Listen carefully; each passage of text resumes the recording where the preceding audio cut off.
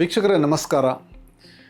ಈ ನಮ್ಮ digestive system ಸೈಲೆಂಟಾಗಿ ನಮ್ಮ ಹಲವಾರು ಒಂದು ಶರೀರದಲ್ಲಿರೋ ಫಂಕ್ಷನ್ಸ್ನ ಅಫೆಕ್ಟ್ ಮಾಡ್ತಾ ಇರ್ಬೋದು. ನಮ್ಮ ಶಕ್ತಿ, ಎನರ್ಜಿ ಲೆವೆಲ್ಸು, ಚರ್ಮ, ನಮ್ಮ ರೋಗ ನಿರೋಧಕ ಶಕ್ತಿ, ಇಮ್ಯೂನ್ ಸಿಸ್ಟಮ್ಮು, ನಮ್ಮ ಮೆದುಳಿನ ನಮ್ಮ ಒಂದು ಮಾನಸಿಕ ಆರೋಗ್ಯ. ಈಗ ಎಷ್ಟೊಂದು ಜನ ಲೀಕಿ ಗಟ್ ಅಂತ ಕೇಳ್ತಾ ಇರ್ತಾರೆ. ಸಾಮಾಜಿಕ ಮಾಧ್ಯಮದಲ್ಲಿ ಎಲ್ಲ ಥರದ್ದು ತೊಂದರೆಗಳೂ ಈ ಲೀಕಿ ಗಟ್ ಅಂತ ಹೇಳ್ಬಿಟ್ಟು ಕೆಲವರು ಅದನ್ನು ಪ್ರಚಾರ ಮಾಡ್ತಾ ಇರ್ತಾರೆ. ಇದು ನಿಜವಾಗ್ಲೂ ಒಂದು ಮೆಡಿಕಲ್ ಕಂಡೀಷನಾ ಅಥವಾ ಇದು ಒಂದು ಮೂಢನಂಬಿಕೆನಾ? ಈ ಇಂಟರ್ನೆಟ್ಟಲ್ಲಿ ನಾನು ಆ್ಯಸ್ ಎ ಗ್ಯಾಸ್ಟ್ರೆಂಟ್ರಾಲಜಿಸ್ಟು ವೈಜ್ಞಾನಿಕವಾಗಿ ಈ ವಿಡಿಯೋಲಿ ಹೇಳ್ತೀನಿ. ಲೀಕಿ ಗಟ್ ಅಂದರೆ ಏನು, ಯಾವ ಥರ ಒಂದು ವಾರ್ನಿಂಗ್ ಸೈನ್ಸ್ ಅನ್ನೋದನ್ನು ನೀವು ನೋಡಬೇಕು, ಯಾವ ಥರ ನಿಮ್ಮ ಒಂದು ಡೈಜೆಸ್ಟಿವ್ ಹೆಲ್ತ್ ಅನ್ನೋದನ್ನು ನೀವು ಪ್ರೊಟೆಕ್ಟ್ ಮಾಡ್ಕೊಬೋದು, ಕಾಪಾಡ್ಕೊಬೋದು ಅಂತೇಳಿ.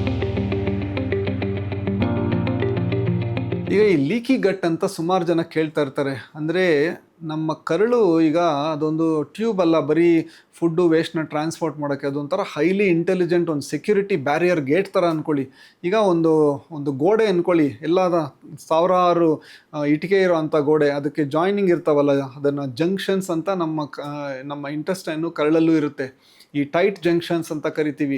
ಈ ಟೈಟ್ ಜಂಕ್ಷನ್ಸು ಮುಖಾಂತರ ರಕ್ತಕ್ಕೆ ಪೌಷ್ಟಿಕಾಂಶ, ವಿಟಮಿನ್ಸು, ನೀರು ಇದೆಲ್ಲ ಎಂಟ್ರ್ ಆಗ್ತಾ ಇರುತ್ತೆ. ಬಟ್ ಈ ಬೇಡದೇ ಇರೋ ಬ್ಯಾಕ್ಟೀರಿಯಾ, ಈ ವಿಷಾಣುಗಳು, ಕೆಲವೊಂದು ಹಾರ್ಮ್ಫುಲ್ ಸಬ್ಸ್ಟೆನ್ಸಸ್ನ ರಕ್ತಕ್ಕೆ ಹೋಗದೇ ಇರೋ ಥರ ಅದು ಬ್ಲಾಕ್ ಮಾಡ್ತಾ ಇರುತ್ತೆ. ಸೊ ಈ ಒಂದು ಟೈಟ್ ಜಂಕ್ಷನ್ಸ್ ಅನ್ನೋದು ಏನಾದೋ ಕಾರಣಕ್ಕೆ ಅದಕ್ಕೇನಾದರೂ ತೊಂದರೆ ಆದರೆ ನಮ್ಮ ಕರಳು, ಇಂಟೆಸ್ಟೈನ್ಸ್ ಒಂಥರ ವಲ್ನರಬಲ್ ಆಗುತ್ತೆ. ಇನ್ಕ್ರೀಸ್ಡ್ ಇಂಟೆಸ್ಟೈನಲ್ ಪರ್ಮಿಯಬಿಲಿಟಿ ಅಂತ ಮೆಡಿಕಲ್ ಟರ್ಮ್ಸಲ್ಲಿ ಕರಿತೀವಿ. ಅಂದರೆ ಗಟ್ಟು ಒಂಥರ ಲೀಕಿ ಗಟ್ ಅಂತ ಈಗ ಲೂಸ್ ಆಗಿ ಕೆಲವರು ಯೂಸ್ ಮಾಡ್ತಾ ಇರ್ತಾರೆ ಈ ಪದನ. ಇದು ಒಂದು ನಿಜವಾಗ್ಲೂ ಒಂದು ಬಯೋಲಾಜಿಕಲ್ ಫಿನಾಮಿನನ್ನು ಇದೇನು ಊಹೆ ಅಲ್ಲ. ಬಟ್ ಯಾವುದೋ ಸಮಸ್ಯೆನ ಎಲ್ಲರೂ ಲೀಕಿ ಗಟ್ ಅಂತೇಳಿ ಹಲವಾರು ತೊಂದರೆಗಳಿಗೆ ಜನ ಒಂಥರ ಈಗ ಸಾಮಾಜಿಕ ಮಾಧ್ಯಮದಲ್ಲಿ ಫ್ರೀಕ್ವೆಂಟಾಗಿ ಯೂಸ್ ಮಾಡ್ತಾ ಇರ್ತಾರೆ. ಈಗ ಈ ಲೀಕಿ ಗಟ್ ಅನ್ನೋದು ಕೆಲವೊಂದು ಮೆಡಿಕಲ್ ಕಂಡೀಷನ್ಸಲ್ಲಿ ಆಗುತ್ತೆ. ಬಟ್ ಲೀಕಿ ಗಟ್ ಅನ್ನೋದೇ ಒಂದು ಡಯಾಗ್ನೋಸಿಸ್ ಅಲ್ಲ, ಅಂದರೆ ಅದೇ ಒಂದು ರೋಗ ಅಲ್ಲ, ಅದು ಒಂದು ಪ್ರೋಸೆಸ್ ಅಷ್ಟೇ. ಸೊ ಯಾವ ಒಂದು ಹಿಡನ್ ಸೈನ್ಸ್ ಅಂದರೆ ಹೇಗೆ ಗೊತ್ತಾಗುತ್ತೆ ನಮಗೆ? ಈಗ ಪದೇ ಪದೇ ಹೊಟ್ಟೆ ಉಬ್ಬುತ್ತಾ ಇದೆ, ಹೊಟ್ಟೆ ಎಲ್ಲ ಒಂಥರ ವಿಪರೀತ ಭಾರ ಇರುತ್ತೆ ಪ್ರತಿದಿನ ಅಂದಾಗ ಹಲವಾರು ತೊಂದರೆಗಳಿರುತ್ತೆ. ಕೆಲವರಿಗೆ ಅದು IBS ಇರ್ಬೋದು, ಕೆಲವು ಟೈಮು ಸಣ್ಣ ಕರಳಲ್ಲಿ ಅಧಿಕ ಸಂಖ್ಯೆಯಲ್ಲಿ ಬ್ಯಾಕ್ಟೀರಿಯಾ ಜಾಸ್ತಿ ಇರ್ಬೋದು, ಅವರಿಗೆ ಕರಳಲ್ಲಿ ಉರಿಯೂತ ಇರ್ಬೋದು, ಕೆಲವೊಂದು ಫುಡ್ಡು ಇಂಟಾಲರೆನ್ಸಸ್ ಇರುತ್ತೆ ಕೆಲವರಿಗೆ. ಎಲ್ಲದನ್ನು ಸೇರಿಸ್ಬಿಟ್ಟು ಲೀಕಿ ಗಟ್ ಅಂತ ಕರೆಯೋದು ತಪ್ಪು. ಈಗ ಮಲಬದ್ಧತೆ ಇದೆ, ನನಗೆ ಜಾಸ್ತಿ ಆಗ್ತಾ ಇದೆ ಅಂದರೆ ಬೇರೆ ಸಮಸ್ಯೆ ಇರುತ್ತೆ. ಕೆಲವರಿಗೆ ಬೇದಿ ವಾರಗಟ್ಟಲೆ, ತಿಂಗಳಾನುಗಟ್ಟಲೆ ಆಗ್ತಾ ಇರುತ್ತೆ. ಇನ್ನು ಕೆಲವರಿಗೆ ವಿಪರೀತ ಸುಸ್ತು, ಕೆಲವೊಂದು ಟೈಮು ಕರಳಲ್ಲಿ ಇನ್ಫೆಕ್ಷನ್ ಇರುತ್ತೆ, ಕೆಲವೊಂದು ಟೈಮ್ ಕರಳಲ್ಲಿ inflammatory bowl disease, crowns disease ಅಂತ ಕರಿತೀವಿ, ಕೊಲೈಟಿಸ್ ಅಂತ ಕರಿತೀವಿ, ಸೀಲಿಯಾಕ್ ಡಿಸೀಸು. ನಿಜವಾಗ್ಲೂ ಗೋಧಿ ಅವ್ರಿಗೆ ತಂದಾಗೆಲ್ಲ ತೊಂದರೆ ಆಗುತ್ತೆ. ಕೆಲವೊಂದು ಮ್ಯಾಲ್ ಅಬ್ಸಾರ್ಪ್ಷನ್ನು, ಅಂದರೆ ಶರೀರ ಆಹಾರನ ಸರಿಯಾಗಿ ಹೀರ್ತಾ ಇರೋದಿಲ್ಲ. ಕೆಲವೊಂದು ಟೈಮು ಅವರ ಒಂದು ಜೀವನ ಶೈಲಿ, ತಿನ್ನೋ ಆಹಾರ, ಅದರಿಂದನೂ ಸಮಸ್ಯೆ ಆಗುತ್ತೆ. ಕೆಲವೊಂದು ಟೈಮು ಕರಳಿನ ಒಂದು ಮೂಮೆಂಟ್, ಮೊಟಿಲಿಟಿ ಇಶ್ಯೂಸ್ ಅಂತೀವಿ, ಅದು ಇರುತ್ತೆ. ಆಮೇಲೆ ಪದೇ ಪದೇ ಹೊಟ್ಟೆ ನೋವು ಬರ್ತಾ ಇರೋದು, ಆಮೇಲೆ ಅದ್ರ ಜೊತೆಗೆ ತೂಕ ಕಡಿಮೆ ಆಗ್ತಾ ಇರೋದು, ಅಥವಾ ರಕ್ತ ಹೋಗ್ತಾ ಇರೋದು, ಅಥವಾ ನೈಟ್ ಟೈಮು ಹೊಟ್ಟೆ ನೋವಿಂದ ಹಲವಾರು ರೋಗಲಕ್ಷಣ, ಡೈಜೆಸ್ಟಿವ್ ಸಿಸ್ಟಮ್ ಸಂಬಂಧಪಟ್ಟಂಗೆ ಎಲ್ಲ ಎದ್ದೊಳೋದು, ಅದೆಲ್ಲ ನಾರ್ಮಲ್ ಅಲ್ಲ. ಕೆಲವರಿಗೆ ಶುರು ಆಗುತ್ತೆ. ಈಗ ಮುಂಚೆಯಿಂದ ಹಾಲಿನ ಪದಾರ್ಥ ತಿಂತಾ ಇರ್ತಾರೆ, ಗೋಧಿ ತಿಂತಾ ಇರ್ತಾರೆ, ಏನು ಸಮಸ್ಯೆ ಇರಲ್ಲ. ಬಟ್ ಯಾವುದೋ ಒಂದಿನ ಅವ್ರಿಗೆ ಶುರು ಆಗುತ್ತೆ ಸಮಸ್ಯೆ. ಅದು ಅಂದರೆ ಮುಂಚೆಯಿಂದ ಇರಲಿಲ್ಲ, ಈಗ ಹೆಂಗೆ ಬರುತ್ತೆ ಅಂದರೆ ಕೆಲವೊಂದು ಟೈಮ್ ಬರುತ್ತೆ.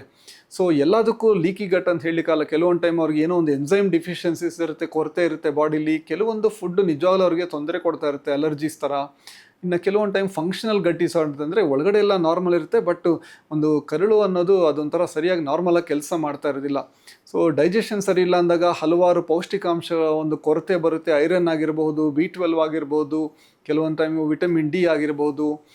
ಕರಳಲ್ಲಿ ಕೆಲವೊಂದು ಟೈಮು ಉರಿಯೂತ ಇರುತ್ತೆ. ಅದ್ರ ಜೊತೆಗೆ ಕೆಲವರಿಗೆ ಚರ್ಮ ಸಮಸ್ಯೆ ಬರುತ್ತೆ, ಮುಖದಲ್ಲಿ ಮೊಡವೆ, ಈ ಎಲ್ಲ ಡ್ರೈ ಸ್ಕಿನ್, ಎಕ್ಸಿಮಾ, ಸೋರಿಯಾಸಿಸು. ಯಾಕಂದರೆ ನಮ್ಮ ಒಂದು ಚರ್ಮ ಮತ್ತು ನಮ್ಮ ಡೈಜೆಸ್ಟಿವ್ ಸಿಸ್ಟಮು ಒಂಥರ ಅದಕ್ಕೆ ನಿಕಟ ಸಂಬಂಧ ಇದೆ.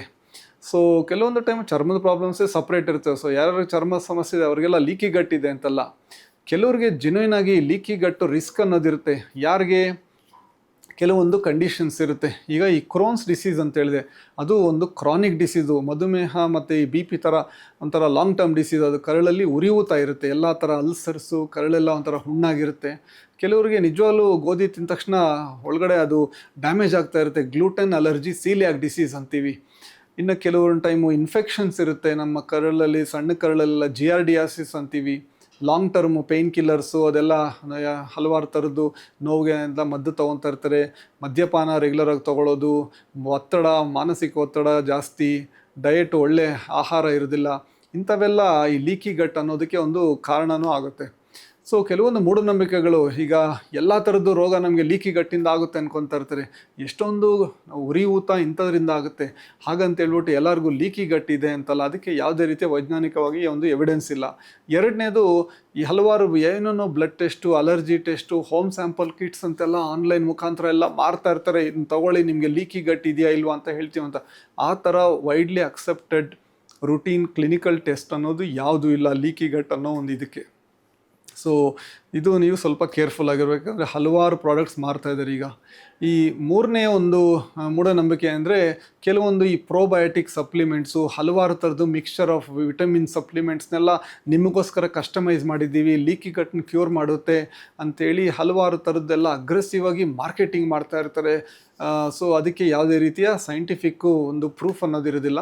ನಿಮ್ಗೆ ಆ ಥರ ಡೌಟ್ ಇದೆ, ಏನಾದ್ರು ತೊಗೊಳ್ಬೇಕಾ ಬೇಡ ಅಂದರೆ ನಿಮ್ಮ ಗ್ಯಾಸ್ಟ್ರೋಎಂಟ್ರಾಲಜಿಸ್ಟ್ನ ಭೇಟಿ ಮಾಡಿ. ಯಾವುದೋ unwanted test kits, unwanted products ಮೇಲೆಲ್ಲ ಹೋಗಿ ನೀವು ದುಡ್ಡು ವೇಸ್ಟ್ ಮಾಡೋದಕ್ಕಿಂತ ಈಗ ನಮ್ಮ ಒಂದು ಡೈಜೆಸ್ಟಿವ್ ಸಿಸ್ಟಮ್ನ, ಕರಳನ್ನ, ಒಳ್ಳೆಯ ಆರೋಗ್ಯನ ಯಾವ ಥರ ಕಾಪಾಡ್ಕೊಬೇಕು, ನಾರಿನಂಶ ಎಲ್ಲ ಥರದ್ದು ತರಕಾರಿ, ಹಣ್ಣುಗಳು, ಸ್ವಲ್ಪ ಹೋಲ್ ಗ್ರೇನ್ ಫುಡ್ಸ್, ಯಾಕಂದರೆ ಇದೆಲ್ಲ ಬೆನಿಫಿಷಿಯಲ್ ಗಟ್ ಬ್ಯಾಕ್ಟೀರಿಯಾ ಅಂತ, ಒಳ್ಳೆ ಕರಳಲ್ಲಿರೋ ಒಳ್ಳೆ ಬ್ಯಾಕ್ಟೀರಿಯಾಗೆ ಆಹಾರ ಕೊಡುತ್ತೆ. ಗಟ್ ಮೈಕ್ರೋಬಯಮ್ ಅನ್ನತ್ತೀವಿ, ಅದನ್ನು ಸ್ವಲ್ಪ ಸ್ಟ್ರೆಂಥನ್ ಮಾಡುತ್ತೆ.